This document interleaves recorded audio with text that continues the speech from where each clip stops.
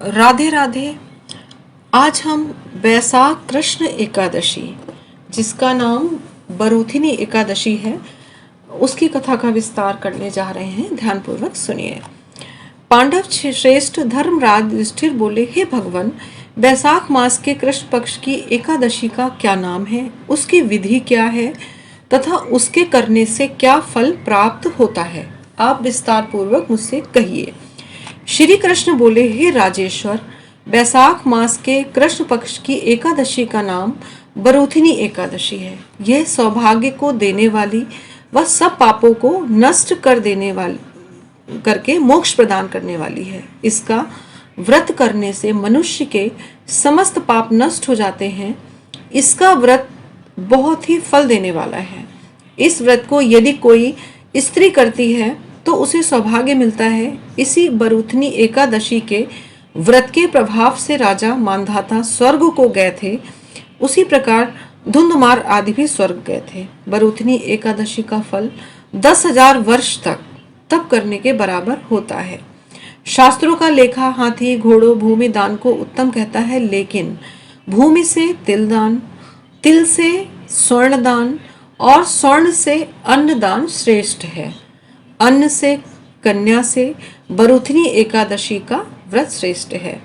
जो फल कुरुक्षेत्र में सूर्य ग्रहण के समय एक मन स्वर्ण दान करने से प्राप्त होता है, वही फल बरूथिनी एकादशी का व्रत करने से मिलता है।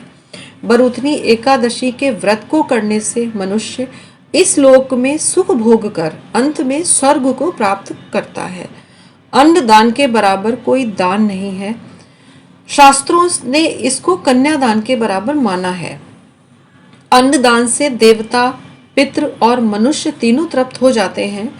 बरूथिनी एकादशी के व्रत से अन्नदान तथा कन्यादान दोनों के बराबर फल मिलता है। जो मनुष्य लोभ के वश होकर कन्या का धन ले लेते हैं, वे प्रलय काल तक नरक में वास करते हैं या उनको अगले जन्म में बिलाव का जन्म लेना पड़ता है। जो मनुष्य प्रेम एवं धन सहित कन्यादान करते हैं, उनके पुण्य को चित्रगुप्त भी लिखने में असमर्थ हैं। जो मनुष्य इस बरूथिनी एकादशी का व्रत करते हैं, उनको कन्यादान का फल मिलता है। बरूथिनी एकादशी का व्रत करने वाले को दशमी के दिन निम्नलिखित वस्तुओं को त्याग देना चाहिए। कांसे के बर्तन में भोजन करना, मांस, मसूर की दाल, चने का शाक, कोदों का शाक, शहद, दूसरे का अन्न, दूसरी बार भोजन करना एवं स्त्री का संग करना। व्रती को पूर्ण ब्रह्मचर्य का पालन करना चाहिए तथा शयन नहीं करना चाहिए। उस दिन पान खाना, दातून करना, दूसरों की निंदा तथा चुगली करना एवं पापी मनुष्यों के साथ बातचीत इत्यादि सब छोड़ देना चाहिए। क्रोध, मिथ्या भाषण का भी त्याग कर देना चाहिए। इस व्रत में नमक, तेल तथा अन्न वर्जित है।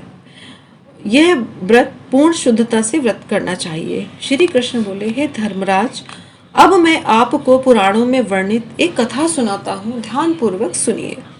प्राचीन काल में नर्मदा नदी के तट पर मांधाता नामक राजा राज्य करता था।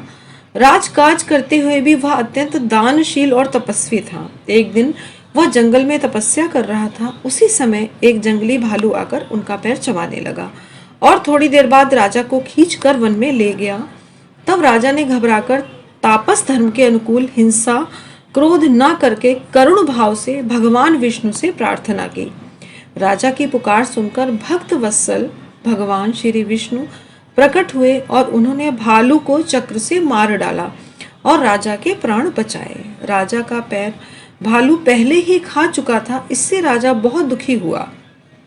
उसे दुखी देखकर भगवान विष्णु बोले, हे वत्स, तुम पवित्र मथुरा नगरी में जाकर मेरी 12 अवतार मूर्ति की पूजा बरूथिनी एकादशी का व्रत रखकर करो। उसके प्रभाव से तुम पुनः पूर्ण अंगों वाले हो जाओगे। इस भालू ने तुम्हें जो काटा है, यह तुम्हारे पूर्व जन्मों के एक अपराध का फल था। राजा ने भगवान की आज्ञा मान श्रद्धा पूर्वक इस व्रत को किया। इसके प्रभाव से वह शीघ्र ही सुंदर और संपूर्ण अंगों वाला हो गया। हे राजन, जो मनुष्य विधिवत इस एकादशी का व्रत करते हैं उनको स्वर्गलोक की प्राप्ति होती है। अतः मनुष्य को पापों से डरना चाहिए। इसका विधि पूर्वक व्रत करने वालों से यमराज प्रसन्न होते हैं। इस व्रत के महत्व को पढ़ने से 1000 गोदान का फल मिलता है। इसका फल गंगा स्नान के फल से भी अधिक है। हरे कृष्णा कृष्णा कृष्णा हरे हरे, हरे राम राम राम हरे हरे, हरे कृष्णा।